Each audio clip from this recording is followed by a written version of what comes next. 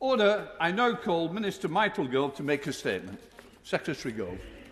Thank you very much, Mr. Speaker. With your permission, I'd like to update the House and indeed the people of Northern Ireland on the implementation of the Northern Ireland Protocol as part of the Withdrawal Agreement with the European Union. Throughout 2020, we've worked intensively to ensure that the Withdrawal Agreement, in particular the Northern Ireland Protocol, will be fully operational on the 1st of January 2021. Our aims and the proportionate and pragmatic way that we intended to pursue them were set out in the command paper that we published in May, the UK's approach to the Northern Ireland Protocol. This set out three key commitments that we believed needed to be respected in all scenarios. We had to ensure that Northern Ireland businesses retained unfettered access to the rest of the UK market. Northern Ireland's place in the UK's customs territory had to be protected, and that meant that goods that stayed in the UK were not subject to tariffs. And we had to ensure that the important Great Britain-Northern Ireland trade flows, on which lives and livelihoods depend, were not disrupted. We needed to ensure a smooth flow of trade with no need for new physical customs infrastructure. And, Mr. Speaker, I'm pleased to say that on Monday, the European Commission Vice President, Maroš Šefčovič, and I, as co-chairs of the Joint Committee set up to negotiate the implementation of the protocol, came to an agreement in principle on a deal which meets all of those commitments and puts the people of Northern Ireland first. So I'd like to begin by paying tribute to Maroš Šefčovič and his team for their pragmatism and their collaborative spirit and their determination to get a deal done that would work for both sides. And I'd also like to thank the First Minister, the Deputy First Minister and all the members of the Northern Ireland Executive for their crucial intervention at significant moments in order to ensure that the rights of the people of Northern Ireland were protected. Turning now to the first government commitment, this deal protects unfettered access for Northern Ireland businesses to their most important market. And as the Prime Minister underlined, this had to be protected in full. And that meant removing any prospect of export declarations for Northern Ireland goods moving from Northern Ireland to Great Britain. And that's what our agreement will do. There will be no additional requirements placed on Northern Ireland businesses for these movements, with a very limited and specific exception of trade in endangered species and conflict diamonds.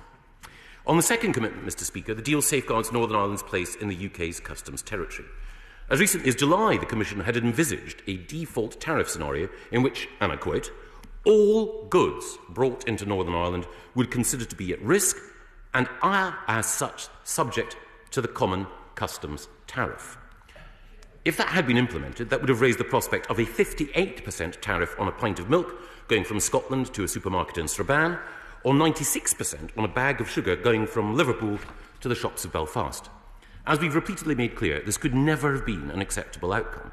So instead, I'm pleased to say that under the agreement that we've reached, Northern Ireland businesses selling to consumers or using goods in Northern Ireland will be free of all tariffs, whether that's Nissan cars from Sunderland or lamb from Montgomeryshire. Internal UK trade will be protected, as we promised, whether we have a free trade agreement with the EU or not. And third, Mr. Speaker, this deal would keep goods flowing between Great Britain and Northern Ireland in January, and indeed provide some necessary additional flexibilities. It protects Northern Ireland's supermarket supplies. We heard throughout the year that traders needed time to adapt their systems. That's why we've got a grace period for supermarkets to update their procedures. And our agreement also prevents any disruption at the end of the transition period on the movement of chilled meats. British sausages will continue to make their way to Belfast and Ballymena in the new year.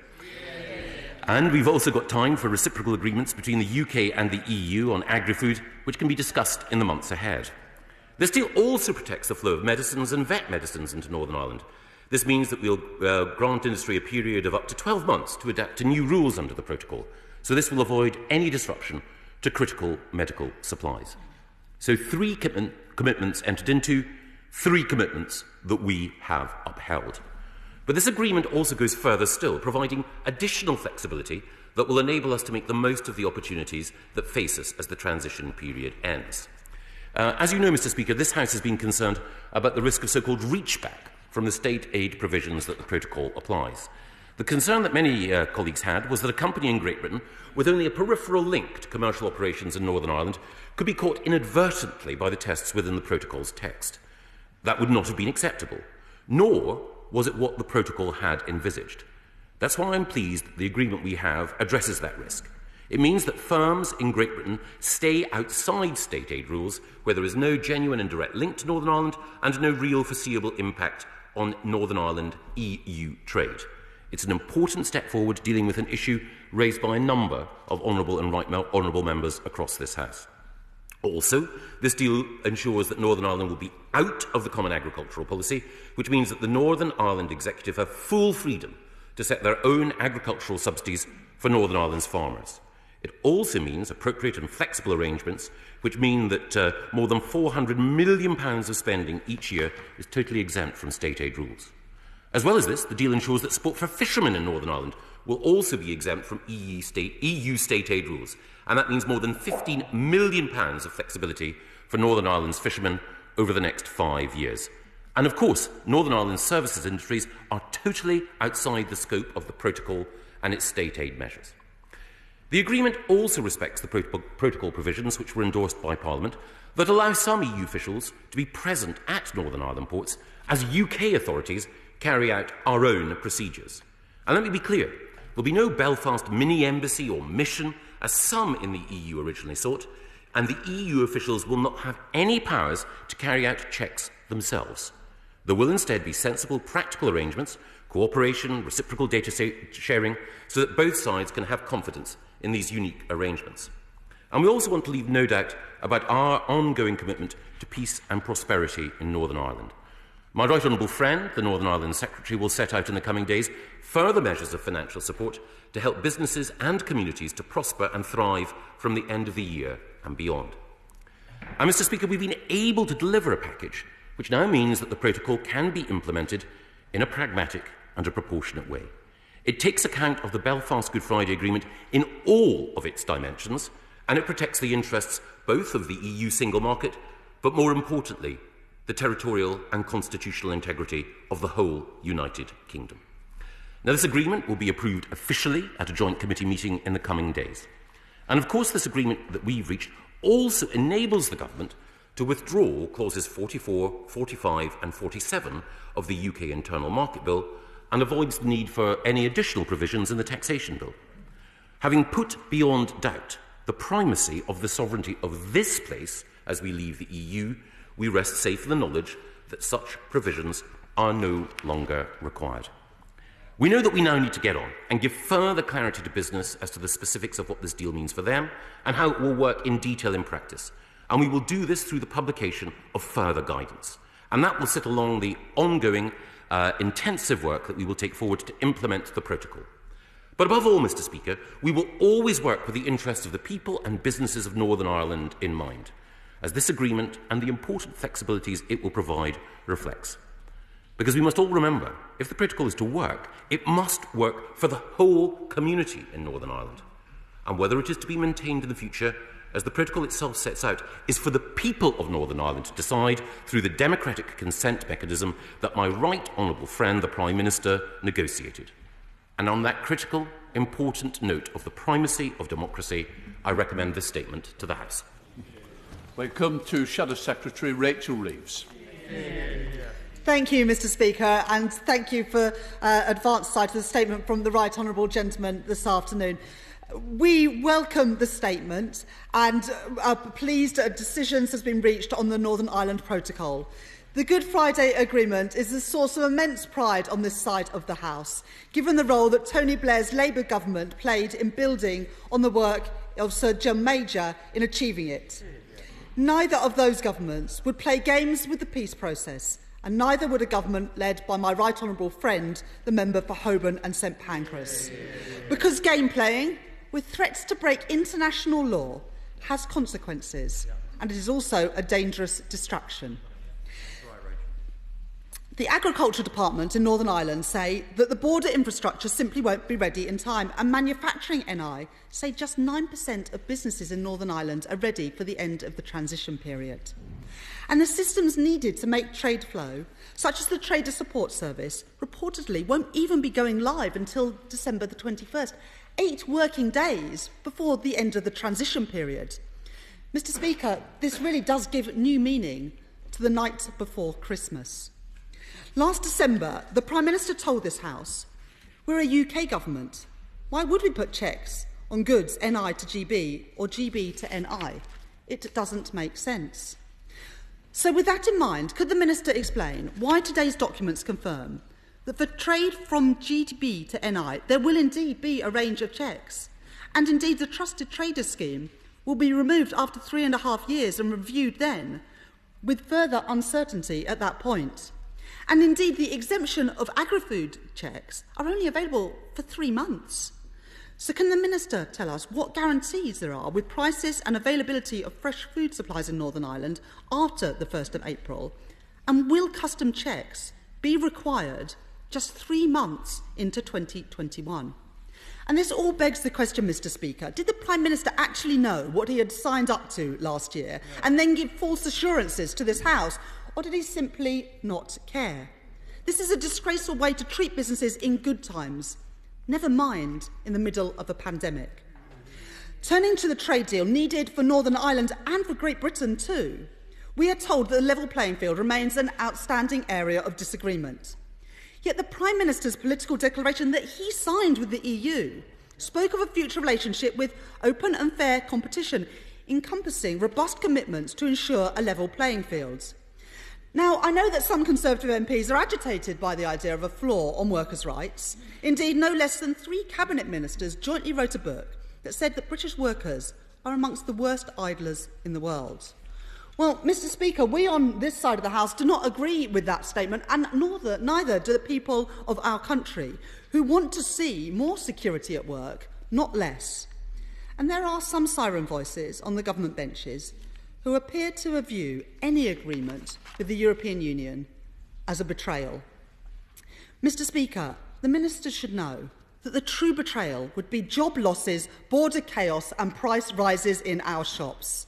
Now, the Minister referred to cars from Nissan and lamb exports from Wales, and that they will be tariff-free in Northern Ireland. But as he knows, they need to be tariff-free with the EU too. Now, we on this side of the House, we want the negotiations to succeed. We want the government to keep its promises and come back with the oven-ready deal that we were promised at the general election less than a year ago. And indeed, Mr. Speaker, sometimes it feels that we on this side of the House want the government to succeed and bring back this deal more than those on the government's own backbenches do. But deal or no deal, there are preparations that still need to be made for Northern Ireland and for Great Britain too. And Mr. Speaker, I want to ask again about customs agents, because just minutes ago, the Prime Minister didn't seem to have any answers on how many there are. But earlier in the year, the Right Honourable Gentleman agreed with industry estimates of 50,000 customs agents needed.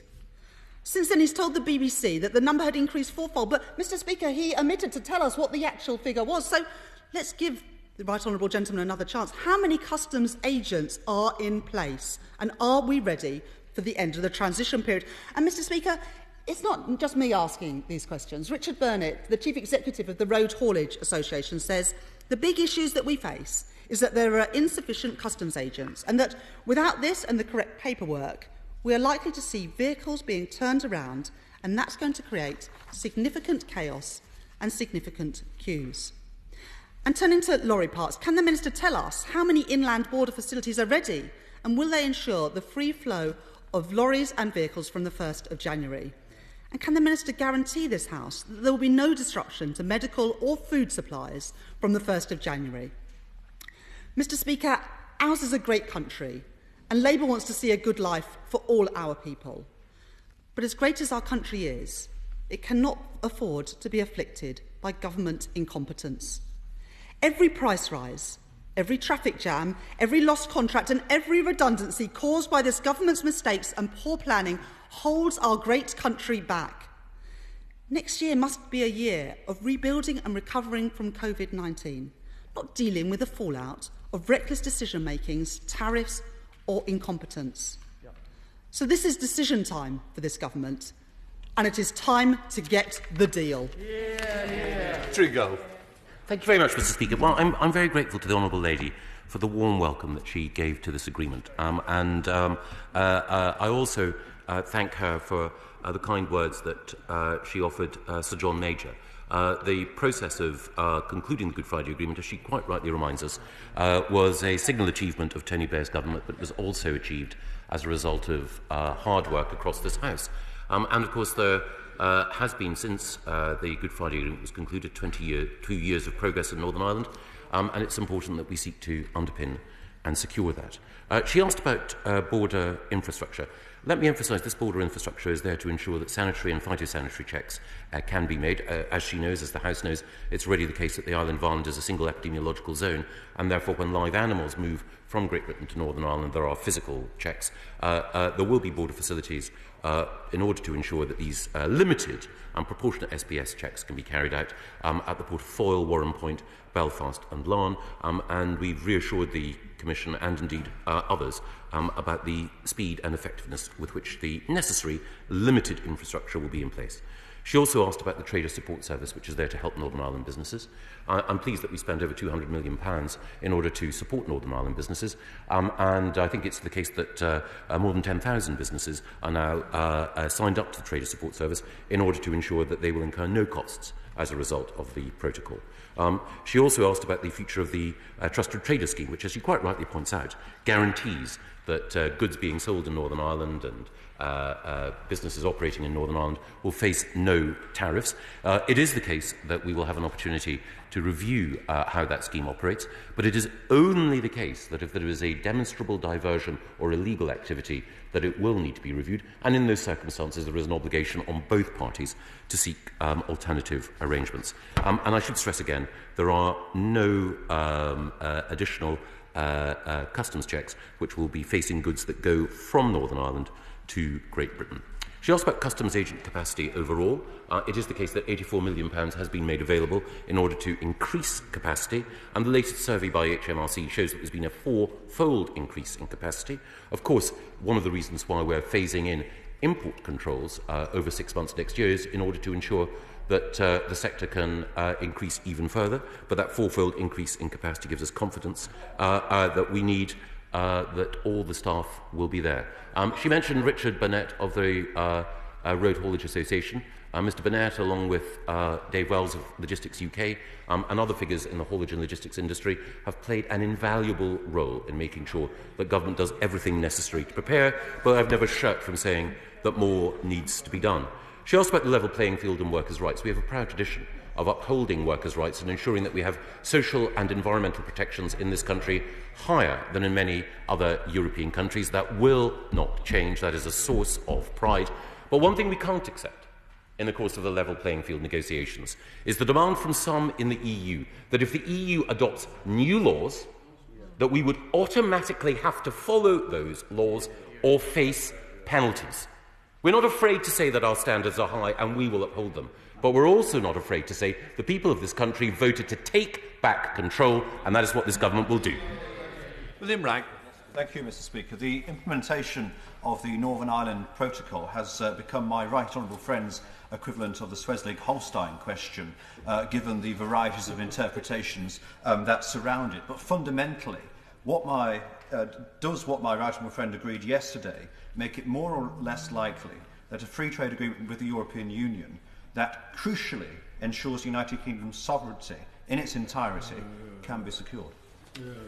I thank the Chairman of the Select Committee for his question. I think it was Palmerston who said that there were only 3 people who knew the answer to the Schleswig-Holstein question. One was dead, the other one was mad, and he himself had forgotten what the answer was. But on the Northern Ireland Protocol, there are all sorts of honourable and right honourable members in this House who have played a part in making sure that we can indeed secure Northern Ireland's constitutional future within the UK and ensure that we leave the European Union as one country whole and entire. Let's head up to Scotland with Pete Wishart. Pete Wishart. And thank you once again, Mr Speaker, and can I thank the Chancellor for his statement. It's one of these statements which I suppose is good news until you actually see the scale of the Brexit horrors that are now just in front of us. We're now at the stage with a chaotic Brexit that we have a sort of Schrodinger's deal, one that's sort of there but also not. I don't know if he's actually come here today looking for some sort of congratulations and well done for all this. I suppose it's a well done for taking us all to the very brink with the very worst of negotiation statecraft and what was supposed to be the easiest deal in the world. A well done for the emerging chaos at our ports and businesses taking flight, or maybe even a well done for in a few weeks denying our young people the right to live, work and love freely across a continent. And tonight we're going to have the Last Supper, but we know it will be the British people who will be crucified. And yes, what Northern Ireland's got is great for them. Best of both worlds is a phrase that we in Scotland are pretty much familiar with. It's what we were promised in 2014. Now in 2020, we are faced with the worst of all worlds. So we would give a right arm for access to the EU single market and unfettered access across the rest of the UK market. So can he explain to the Scottish people exactly why Scotland is the only part of the United Kingdom that will not get any part of what they voted for in Brexit? Secretary Gove. Well, I'm very grateful to the honourable gentleman once again for his questions. They're masterpieces of metaphorical concatenation. He managed to bring in both Schrödinger's cat and the Easter and Passiontide narrative before he eventually got to his question. And I think it was a masterpiece, as I say, of lyrical concision, which we would expect from Runrig's principal star. But on the basic question, it is the case he recognises, as I recognise, that Northern Ireland has a unique position within the United Kingdom as a result of having a land border with the European Union, which no other part of the United Kingdom does, and that requires specific arrangements. But whatever those specific arrangements, it is the case that Northern Ireland, by the will of its people, remains part of the United Kingdom. Long may it remain so. Sir William Cash. Thank you, Mr. Speaker. I very much agree with what the Prime Minister said today at Prime Minister's questions. Does the Chancellor also agree, and is there anything in his own statement which would be allowed to undermine the unfettered sovereignty of the United Kingdom as asserted by successive democratic votes in the referendum, successive acts of Parliament, Section 30 and Section 38 of the 2020 Act? And would he also confirm today to appear before the European Scrutiny Committee, which, as he knows, he has declined to do so on at least 3 occasions, most recently on the 26th of November, which we put to him in writing, but so far he hasn't been able to come. Will he please commit now, today, to coming to before the committee as soon as possible right now? Thank you very much, Mr. Speaker. On the first part, my right honourable friend is absolutely right. Section 38 of the Act which gave effect to the Withdrawal Agreement upheld the sovereignty of this place, and there is nothing in what we have concluded that in any way diverges from that. On the second question, I'm very sorry that I've played hard to get, but I'll make sure that we can have a date before Christmas when the two of us can meet in suitably COVID-compliant surroundings. To the Select Committee, Hilary Bann. Thank you very much indeed, Mr. Speaker. I welcome the Right Honourable Gentleman's statement because it shows what can be achieved with political commitment, and I do hope we will see more of that later on today. However, he seems to have brought back not a permanent arrangement, but a series of grace periods, and I want to ask him about that. For example, it's been reported that food products coming from GB into Northern Ireland will be exempt from export health certificates for a period of at least 3 months, and chilled meat, sausages he referred to, will be allowed for a period of time pending a review, after which they might be prevented anymore from moving from GB to Northern Ireland. So what is going to happen after those dates, and how exactly a business is going to be able to prepare when they haven't yet seen the detailed arrangements, because the Joint Committee isn't going to meet for a couple of days, and when those details may well change in a few months' time yet again? Secretary. Well, I'm very grateful to the Right Honourable Gentleman for his questions, and indeed the work of his committee, which has helped us as we've sought to resolve these issues. And his welcome is very, very welcome. On the detailed points that he makes, we've been talking to traders, supermarkets in particular, in order to make sure that they're ready for any export health certificate requirements. And we know that some supermarkets are already ready. 1 or 2 others need time in order to get ready. They requested a grace period. Originally, those in the Commission argued that that would be impossible, or if it did exist, it could only be a matter of weeks.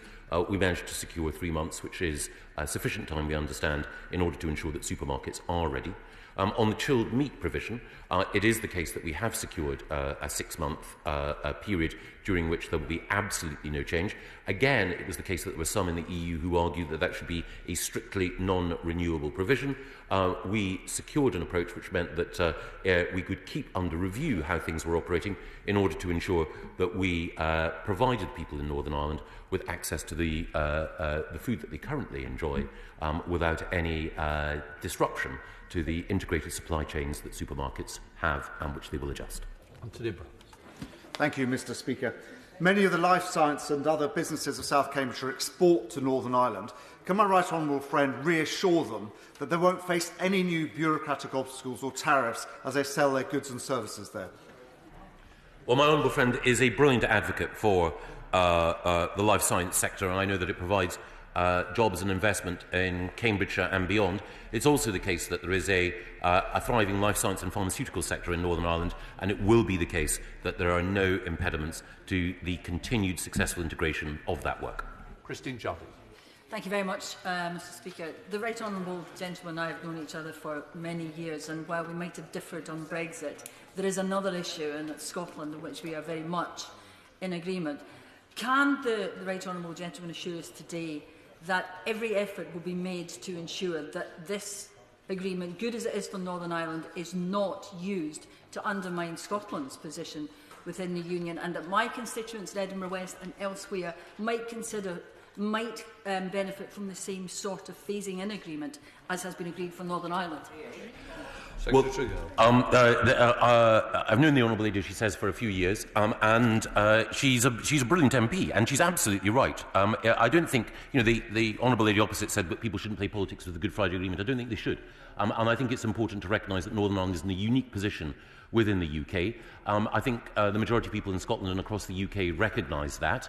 But it's also important, she's absolutely right, that in our arrangements with the EU we take specific account of the needs that Scotland has, and on everything from the provision of seasonal agricultural workers to making sure that we can expedite fish and shellfish from the northeast to the EU, to indeed the principal position that my right honourable friend, the President of the Board of Trade, is taking on whisky exports. It's absolutely important we recognise that Scotland has distinct needs, and that working with the Scottish Government and Scottish MPs like herself, we can advance Scotland's interests. Lee Anderson.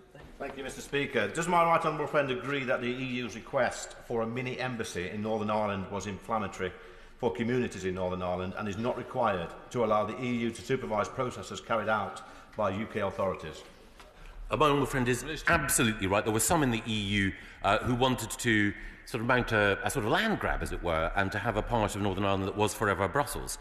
But it is the case that what we have agreed is a pragmatic approach, which means that the EU, quite rightly, can have people in Northern Ireland so that it can be assured that the UK officials who are carrying out our own sovereign procedures are doing so in a way in which everyone can have confidence. And I want again to place on record my thanks to the Vice President, Maros Šefčovič, for making sure that it was pragmatic arrangements rather than symbolism that won through. Sir Geoffrey Dawes. I know that the Right Honourable Gentleman is as passionate as I am about the Union. And Article 6 of the Act of Union states very clearly there should be no barrier to trade between Great Britain and Northern Ireland as is now. And Article 16 of the Northern Ireland Protocol also makes clear, Mr. Speaker, that if this protocol leads to serious economic, societal or environmental difficulties that are liable to persist, the United Kingdom Government may unilaterally take appropriate safeguard measures. Safeguarding the Union is not a 3-month, 6-month or 3-year project, Mr. Speaker. It is an enduring commitment. Will the Chancellor now give a commitment that, if necessary, the Government will introduce safeguard measures to ensure unfettered access in both directions for trade between Great Britain and Northern Ireland? Mr. Gove. Well, the Right Honourable Gentleman makes a very important point in drawing attention to a very important provision within the Northern Ireland Protocol.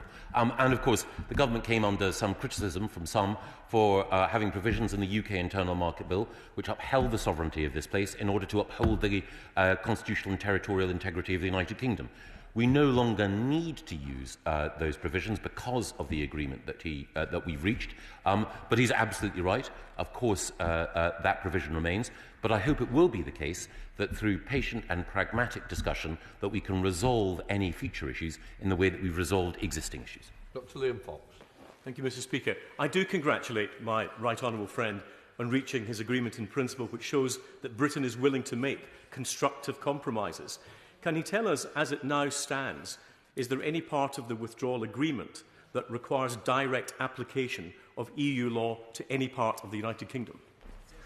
Yes, it is the case that as a result of some of the provisions within the Northern Ireland Protocol, that it will be the case that there will be a requirement on some businesses and in Northern Ireland specifically to follow the acquis, and that is one of the ways in which we can ensure that there is no need for border infrastructure between Ireland and Northern Ireland. Let's head to Wales with Howell Williams. Howell Williams. Thank you, Mr. Speaker. We welcome yesterday's agreement. We want for Northern Ireland just what we want for Wales, unfettered access to our most important markets with the rest of the UK and, of course, with the EU. But the fundamentals of trade, particularly between Wales and Northern Ireland, and indeed the Republic of Ireland, remain uncertain.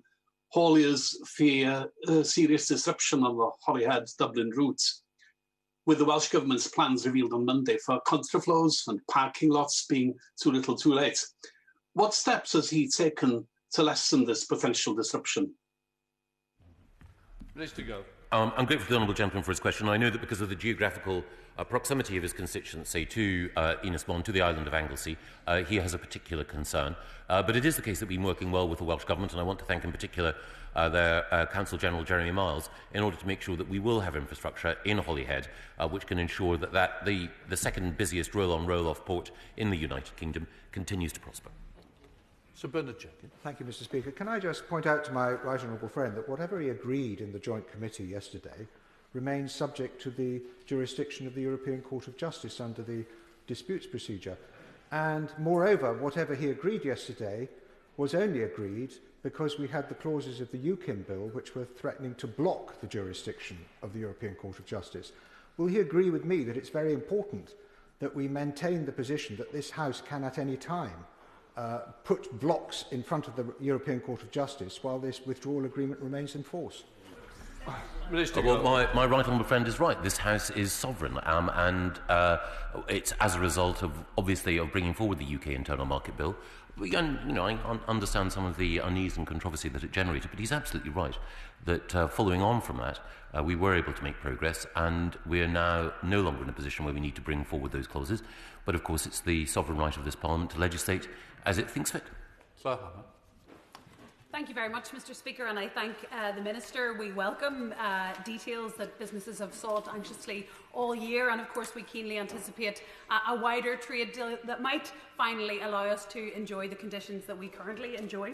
Can I ask how he proposes to ensure continuity of supply for squeezed Northern Ireland households to have choice and affordability after mitigations on export health certificates expire in 6 months? Minister Gove. Well, it is the case that we've been working with supermarkets and with other traders in order to ensure that their supply lines and the current provision, and indeed in the future, I hope, enhanced provision of all the goods that consumers in Northern Ireland currently enjoy can remain. And it is the case that the Trader Support Service is there, alongside other support that we're giving to businesses in Northern Ireland, indeed businesses across the UK, to make sure that a fully integrated part of the UK internal market enjoys the same access to the same goods as the rest of us. Malcolm Longley. Thank you, Mr. Speaker. Can my right honourable friend assure me and all of my Dudley North constituents that should we strike a trade agreement with the EU, that we will not compromise in any way on our fishing waters, our borders and our laws, and, may I add, most importantly, that any governance arrangements that may flow from any trade agreement are completely consistent with those of a fully sovereign country. Minister Gove. My honourable friend is bang on.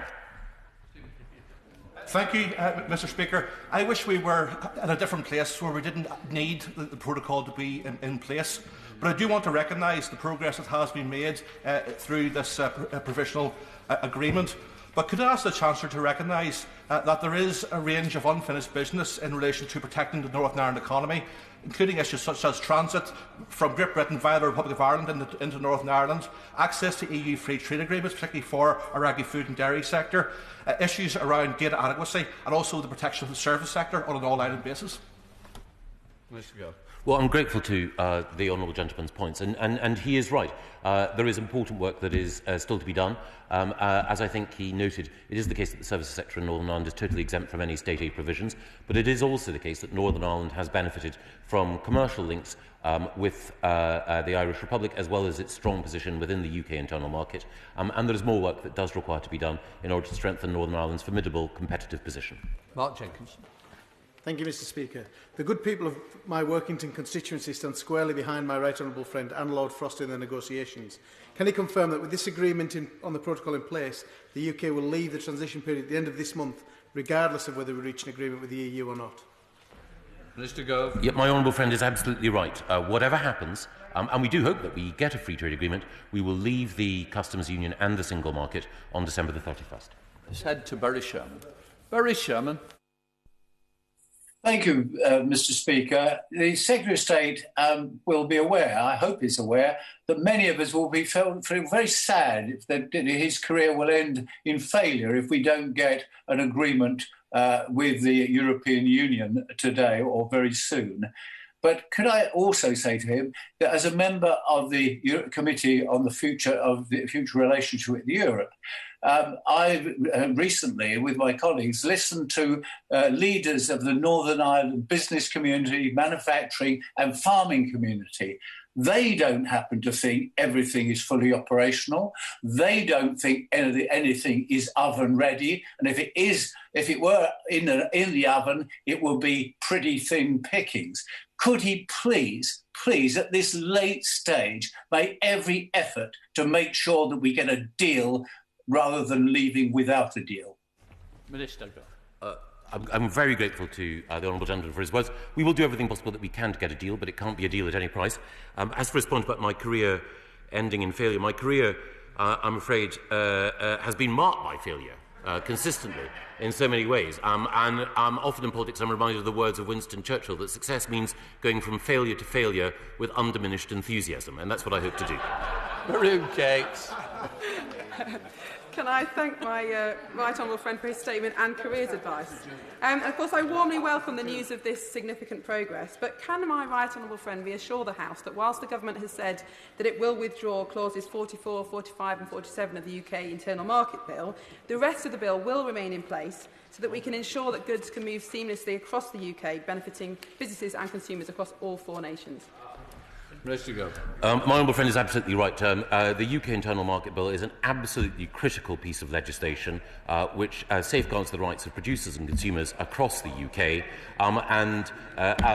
The clauses she mentioned excited controversy. I think that they were necessary, but in any case, that controversy can now pass because they're being withdrawn, and I therefore hope that the bill will pass as well. John Morrow.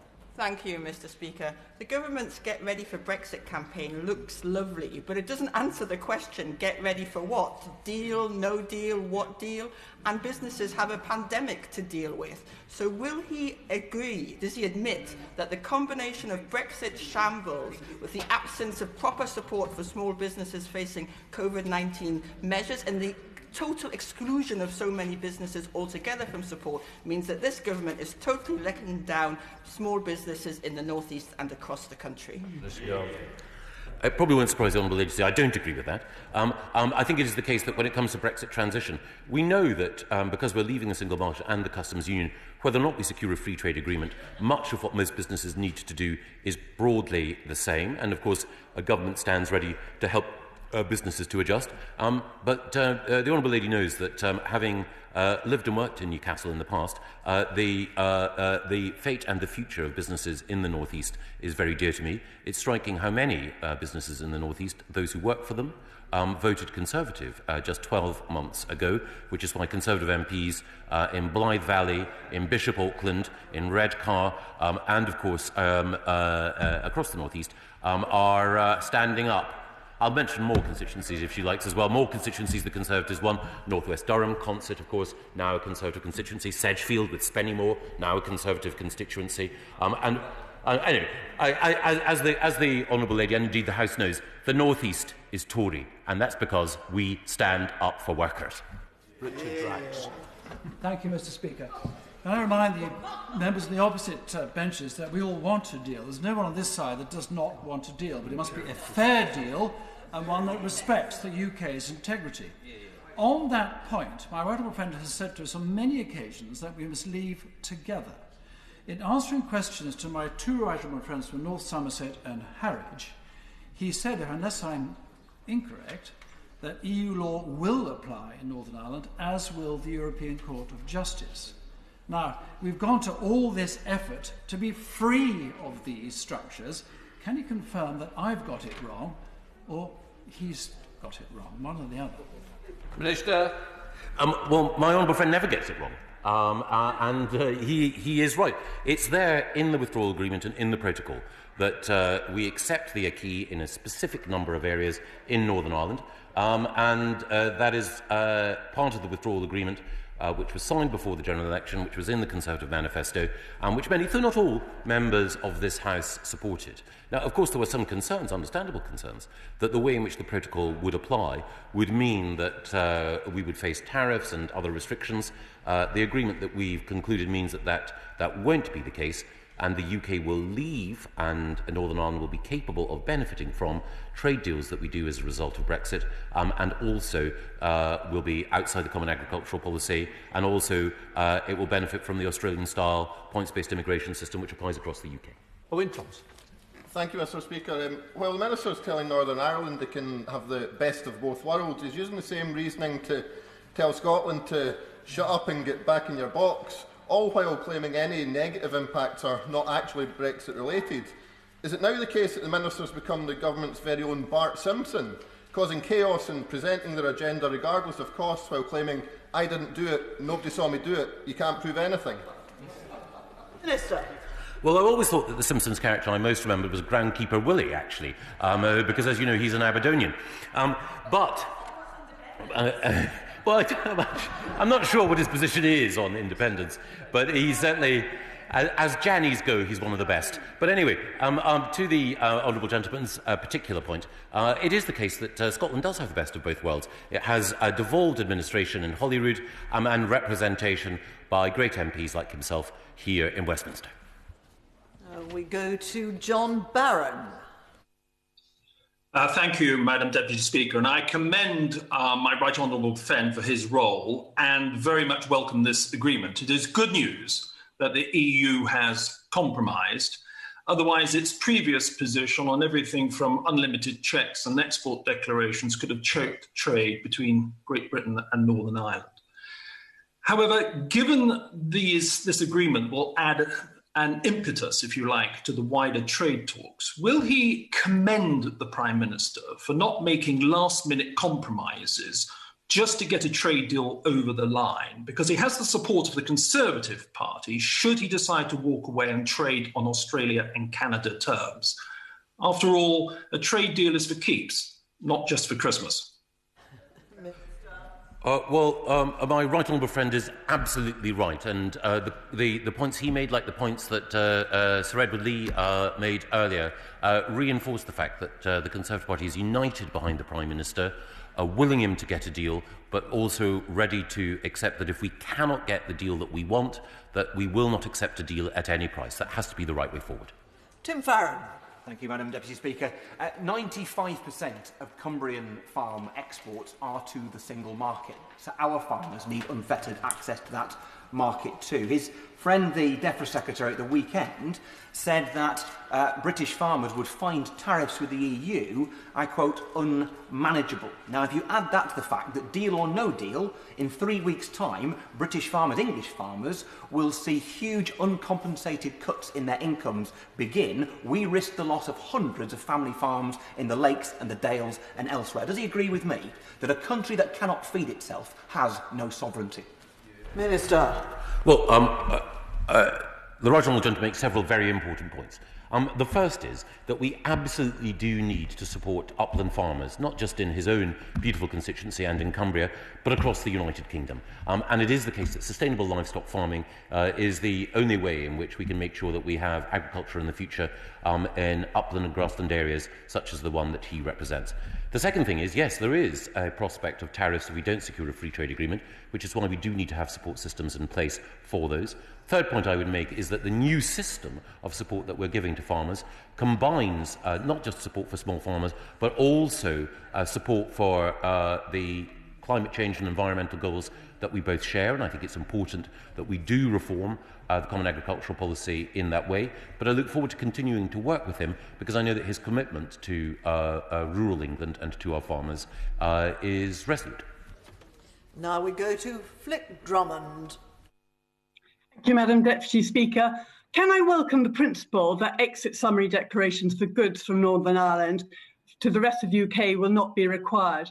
But does my right honourable friend agree that while it's reasonable for EU authorities to supervise the application of the protocol in Northern Ireland, can he assure me that all processes in UK sovereign territory will be carried out by UK authorities? Minister. My honourable friend is absolutely right, and it is UK authorities carrying out our procedures in our territory under our laws. Lloyd Russell-Moyle. Thank you, Madam Deputy Speaker.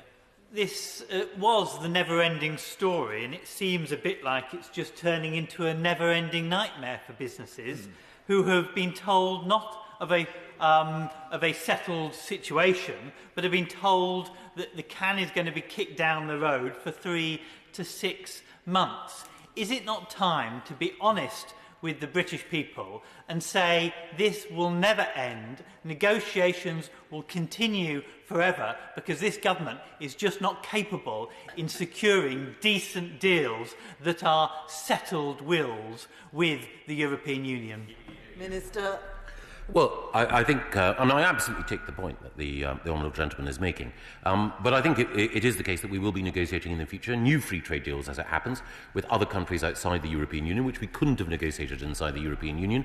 These negotiations are led by my brilliant colleague, the President of the Board of Trade. She secured deals, for example, with Japan, even better than that which we had in the EU.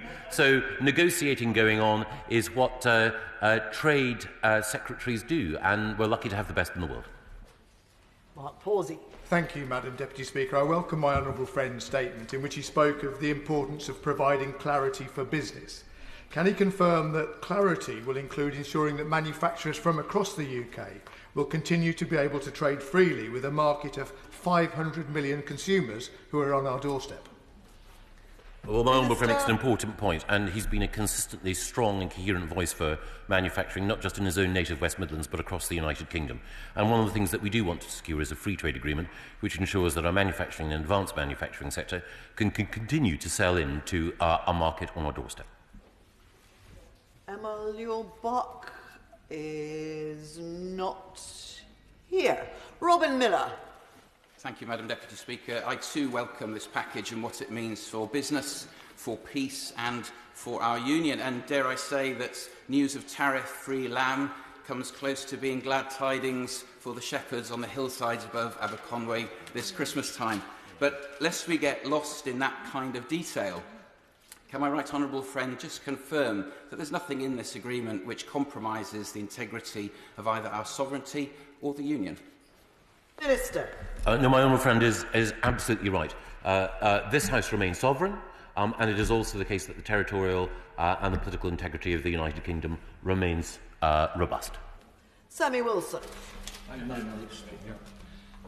This party opposed the protocol and warned about all of the problems which the Minister is now having to address.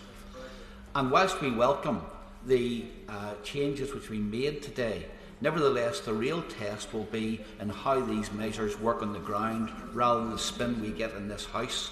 And I just want to ask the Minister, first of all, as far as EU officials are concerned, is it not a fact that whilst they will not carry out the searches and the investigations, they will be able to direct UK officials on the ground, and under Article 5 of the protocol, UK officials will have to carry out their demands.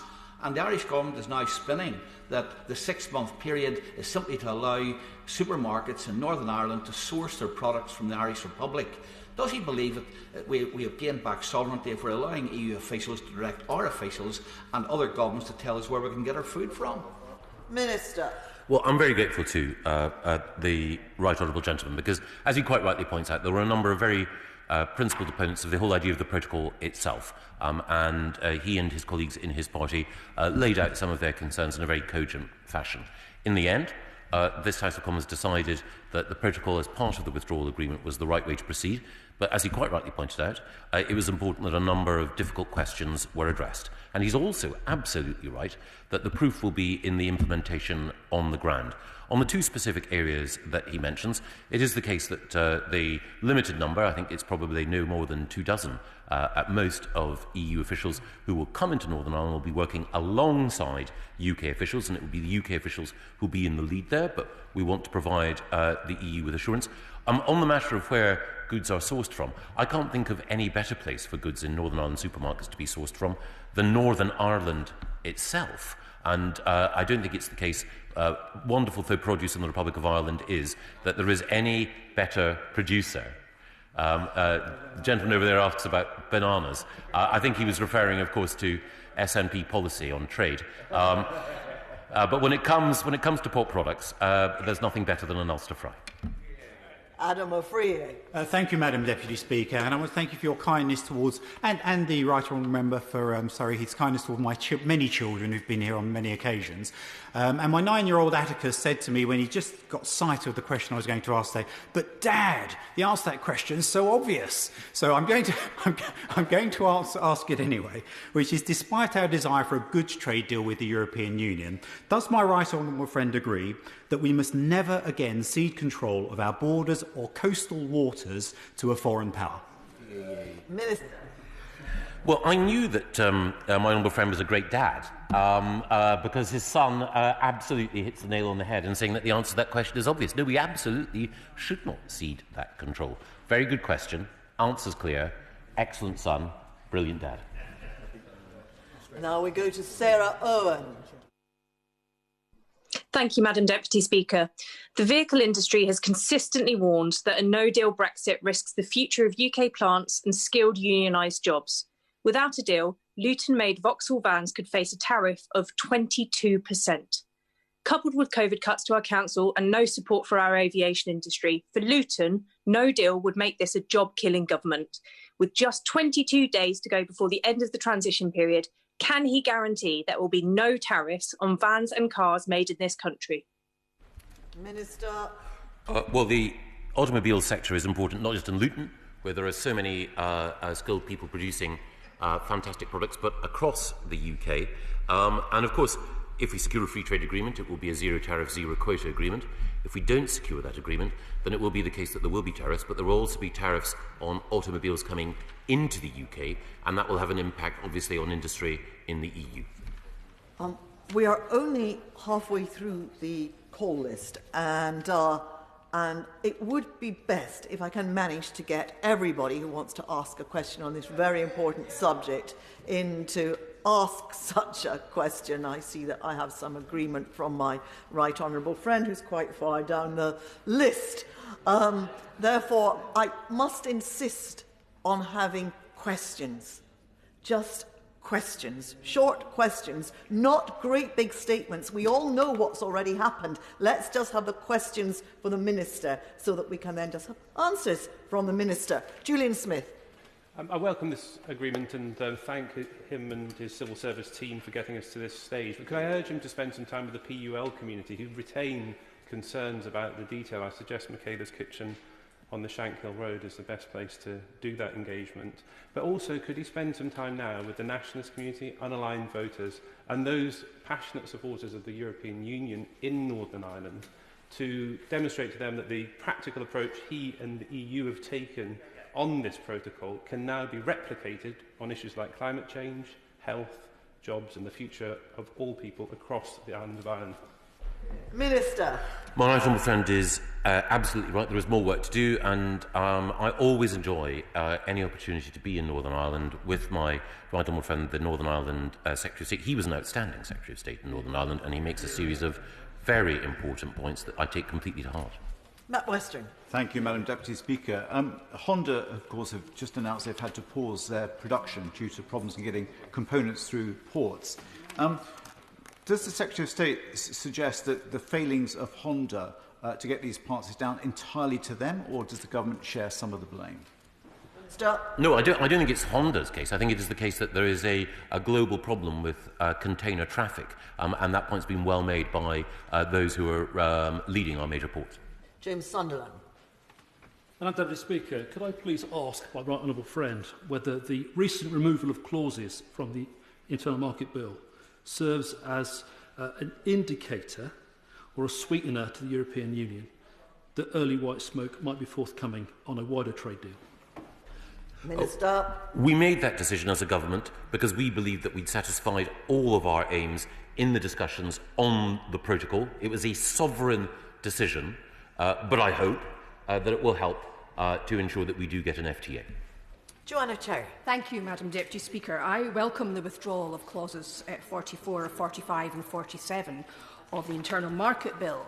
But can the Chancellor tell me, has he any plans to carry out an assessment of the impact of the threats to breach a recently signed treaty on the United Kingdom's international standing and the UK's ability to enter into future agreements, given that it's now known across the world that the United Kingdom is prepared to break its word in order to get its way?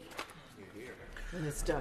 I think the Right Honourable and Learned Lady will know that since we introduced those clauses in the UK Internal Market Bill, we succeeded in signing any number of trade agreements with other countries, and I think that's because the reputation of the UK continues to stand high. Now we go to Harlow, to Rob Halfon. Thank you, Madam Deputy Speaker. My right honourable friend has played a blinder. But could I ask him, given that the EU withdrawal means that British government procurement will no longer be subject to OJ-EU rules, what concrete steps will my right honourable friend take to ensure that Northern Ireland companies and businesses across Great Britain that wish to procure contracts with government can only do so if they employ a significant number of apprentices? Minister. Very important point by Chairman of the Select Committee. My honourable friend Lord Agnew will be bringing forward a paper on procurement reform shortly, which will show exactly how we can achieve the ambition that he has so consistently and brilliantly put forward for apprenticeships. Carrie McCarthy. Thank you, Madam Deputy Speaker. Following on from the question that my honourable friend for Warwick Leamington asked about the situation with Honda, given the chaos at ports is already occurring before the end of the transition period, and I understand this is because people are stockpiling because they're so worried about what will happen next year, can he confidently say that the perfect storm of Christmas, Brexit stockpiling, COVID restrictions and the new customs regime will not lead to significant disruption come January?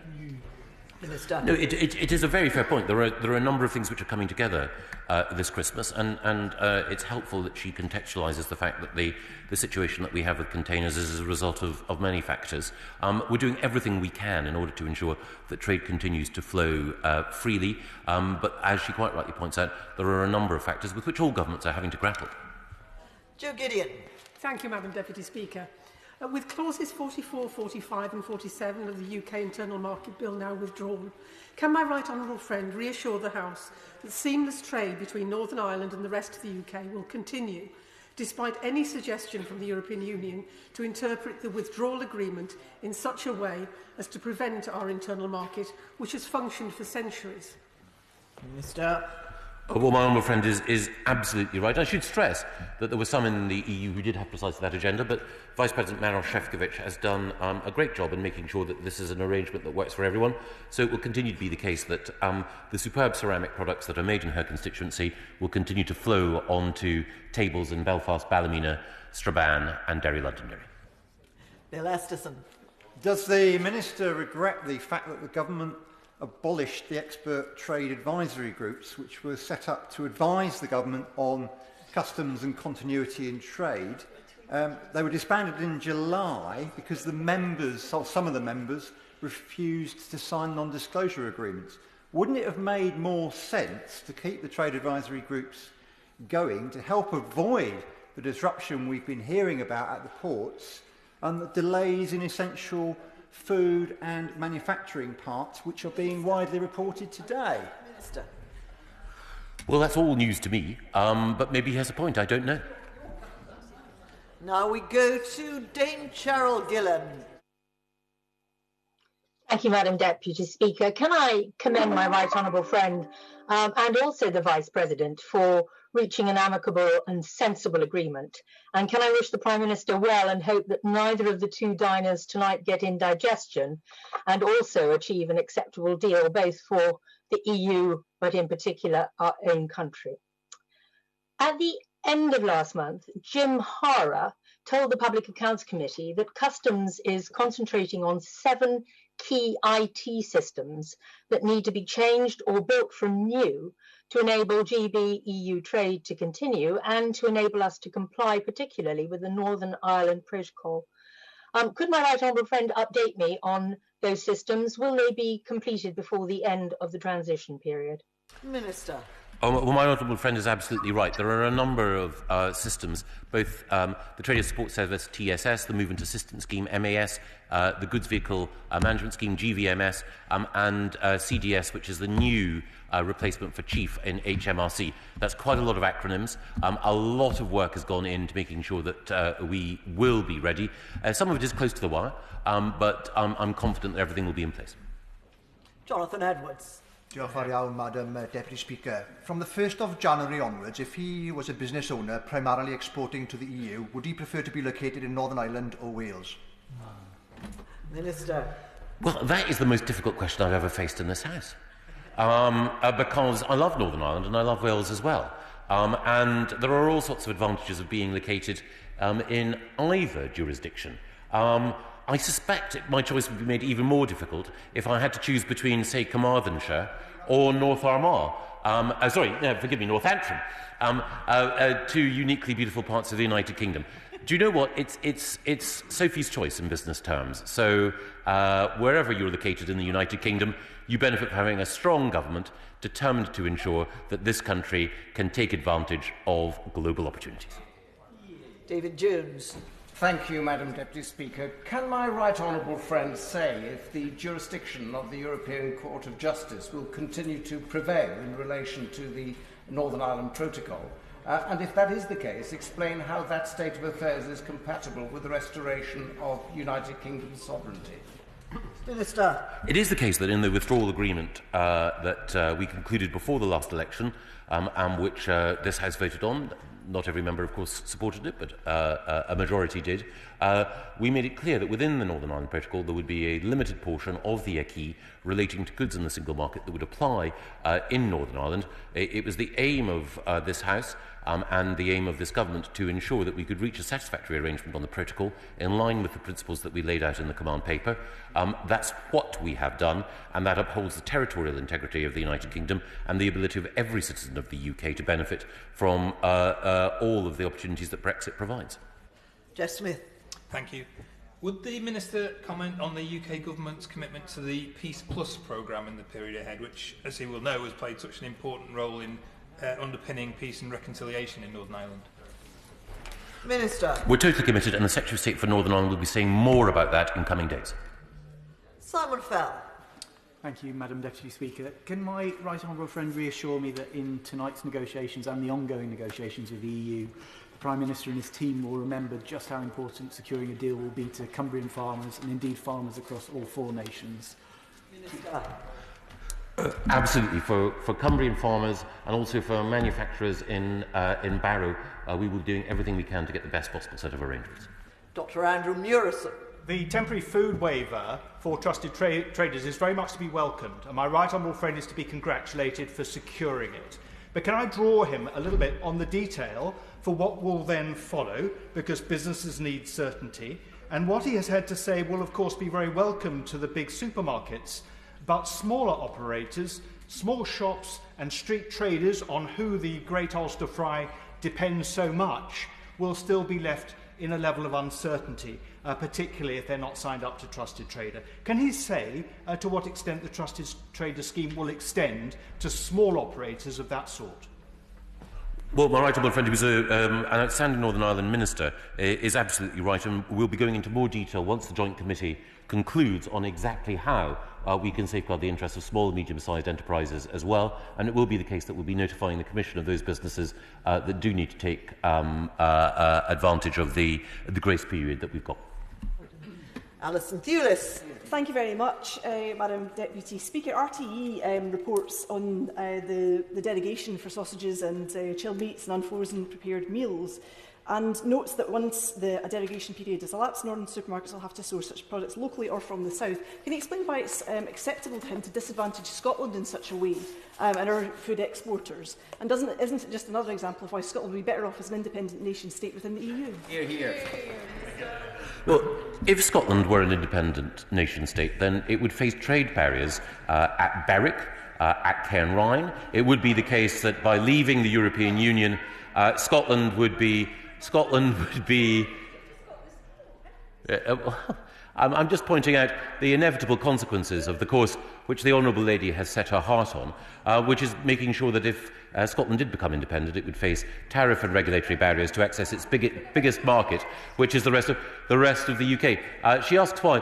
That is the inevitable consequence of independence, alongside the abandonment of the pound sterling, a re-entry into the common fisheries policy.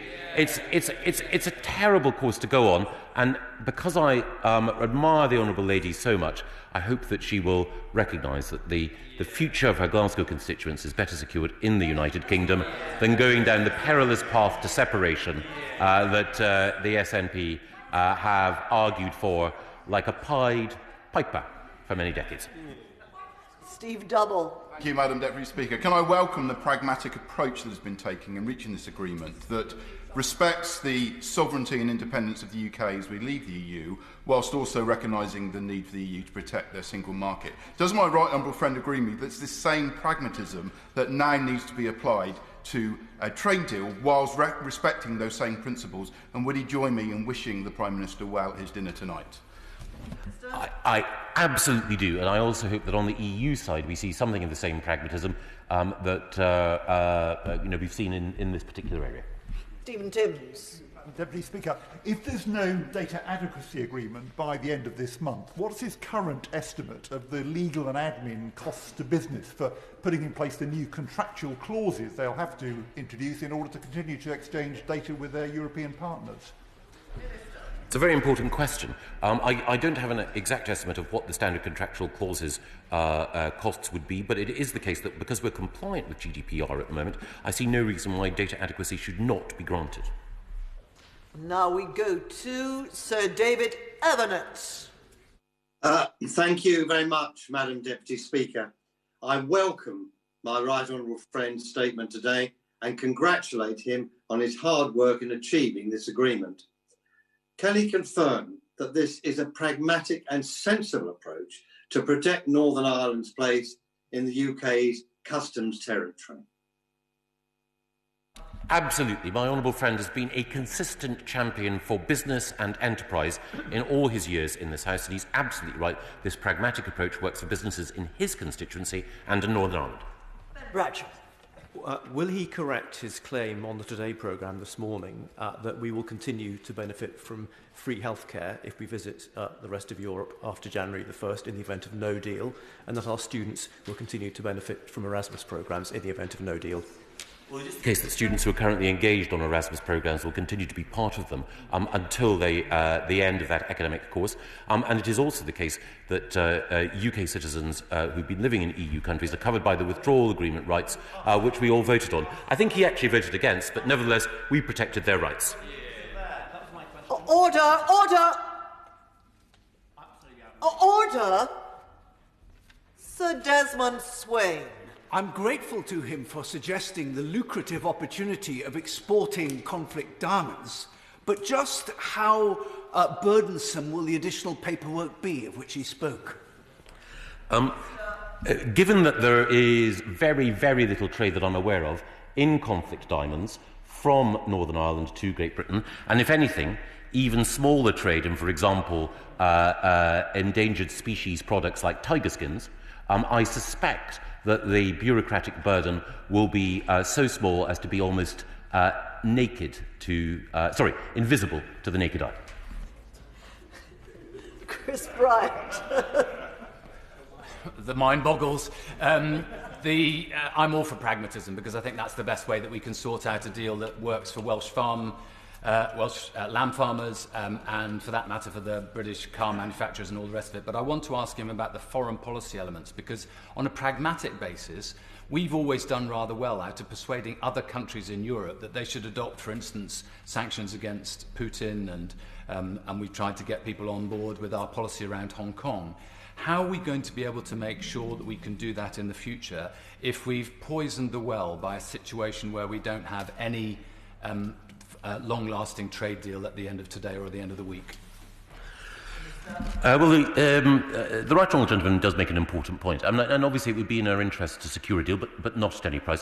One thing that I would say is that he's been a consistent champion for a tougher approach towards Russia and an advocate for the Magnitsky sanctions. It was the case that the Foreign Secretary also was a consistent champion for that. We adopted them. The EU followed. There's no criticism of the EU, but it is the case that we can continue to have influence. But obviously, if we do have a satisfactory arrangement with the EU, that would work for everyone. Andrew Griffith. Thank you very much, Madam Deputy Speaker. Would my right honourable friend agree with me that today's welcome announcement is the perfect combination of principle and pragmatism, an approach to negotiations that our businessmen take every day, that's going to serve them well as we embrace the future, and that only on that side of the House they seem to find exceptional? Well, my honourable friend has had a brilliant business career, and he's absolutely right. You need to negotiate toughly, be prepared to be flexible in certain circumstances, but know ultimately what you want. And as we heard from the Leader of the Opposition earlier today, I'm afraid when it comes to Brexit, we still don't know what Labour want. Patrick Grady. Madam Deputy Speaker, I'm just wondering if Brexit is shaping up to be such a success. Why is it that 4.5 years after the referendum, no other European country is seeking to follow the UK out the door? Why aren't they looking at these deals that are being negotiated with envy and thinking that they want a piece of the action? Whereas, in fact, what's happening is that countries like Scotland are looking at the European Union and deciding that's where they want their future to be. It's the United Kingdom that's being left isolated. What a remarkable rewriting of history. I think it's the case.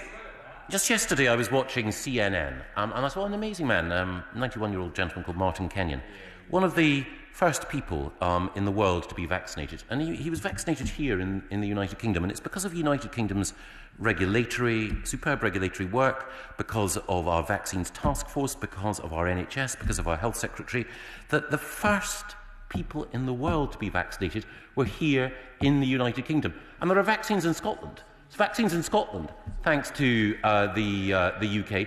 And the rest of the world's looking on in admiration at our British NHS. And I think on today of all days, it would be nice, and to be fair, lots of Scottish nationalist ministers have made this point, that the UK government has been working in the interests of everyone, and people have been looking at Britain and saying, that's great. Bob Stewart. Thank you, Madam Deputy Speaker. As someone that's commanded, on and off, a hard checkpoint on the A5 between South Tyrone and County Monaghan for up to 2 years, where we had chicanes, sangers and obstacles, can my right honourable friend assure me that on the 1st of January there'll be no sign of that hard checkpoint left? Well, my honourable friend, like so many who served with distinction in Northern Ireland, contributed to ending terrorism. These were hard-won gains, and there will certainly be no return to physical infrastructure of the kind that he had to negotiate when he so bravely served his country. Vera Hobhouse. Madam Deputy Speaker, can he give me an indication when we will finish negotiating and debating Brexit, given that 10 months on from getting Brexit done, we are still debating the same issues, and he himself said in a statement today further details will be worked through in the month ahead. Well, far be it from me to prevent Liberal Democrats talking about whatever they wish to talk about. It is the case, I recall, that the very first person, I think, in this House to argue for an in-out referendum was the former member for Sheffield Hallam, the former Deputy Prime Minister, Nick Clegg. And it's still the case that people in the Liberal Democrats are calling for referendums. I'm a traditionalist. I love the fact that the Liberal Democrats are consistent in their determination to ensure that however many referendums we have, we must have more. I'm sure that Gladstone, Grey, Harcourt and Chamberlain would all salute the determination of the Liberal Democrats to stay true to their tradition, and whenever everyone else has settled the question, to say, let's reopen it. Greg Smith. Madam Deputy Speaker, I very much congratulate my right honourable friend on securing this agreement. It is absolutely right that it must only be UK authorities that perform any checks. When it comes to the EU authorities supervising or observing, can he confirm to the House that they will be paying for that and they do not expect UK taxpayers to pick up the bill for their presence? That is absolutely the case. The EU will be paying for it, and I hope that while people from the EU's agencies are in Northern Ireland, that they take advantage of Northern Ireland's wonderful hospitality as well. Jim Shannon. Thank you, Madam Deputy Speaker. And the DUP have been consistent and remain consistent that there must be no border down the Irish Sea. Can the Chancellor give me an assurance that in July 2021, the year that we mark the centenary of the Union, the good people of Strangford will have no impediment placed on them by Brussels to buying foodstuffs from fellow British citizens in England, Scotland and Wales? Absolutely. The citizens of the beautiful Ards Peninsula will continue to enjoy the rights that we uphold as shared UK citizens. Steve Bryan. Thank you. My constituents will be very joyed at the changes to the Internal Market Bill, as my right honourable friend knows. The Joint Committee has clearly done its job, and showing rumours of compromise demise are greatly overstated. Now, the British government have moved and shown much seasonal goodwill, so can I ask my right honourable friend if he agrees that this announcement only truly works for us all if it's followed by good news on the wider EU-UK trade deal imminently? This deal works in its own right. It shows the virtue of principle and pragmatism allied, but it's also the case that if we do secure a free trade agreement, that would be an additional helpful bonus. And finally, we go to Simon Hoare. Thank you, Madam Deputy Speaker. Can I thank and congratulate my right honourable friend for arriving at the position that he has. The Good Friday Agreement is protected, the Union has been secured, and more importantly, the rule of law upheld. Can I seek his assurance that during the grace period, he and ministerial colleagues provide strong and active support to businesses of all sizes in both GB and Northern Ireland to ensure that they are able to meet the challenges of a new regime and to do so successfully? Well, my honourable friend makes an absolutely critical point, and can I thank him and the Select Committee he chairs for the rigorous scrutiny that they've applied throughout this process, which has ensured that the government has been kept up to the mark. And he's absolutely right that concluding this agreement is just one step. We need to continue to support businesses in Northern Ireland, large and small, as they face the challenges but also take advantage of the opportunities ahead. Thank you. I will now suspend the House for 3 minutes in order to allow members to leave safely and compliantly and to allow other members to come in. Order!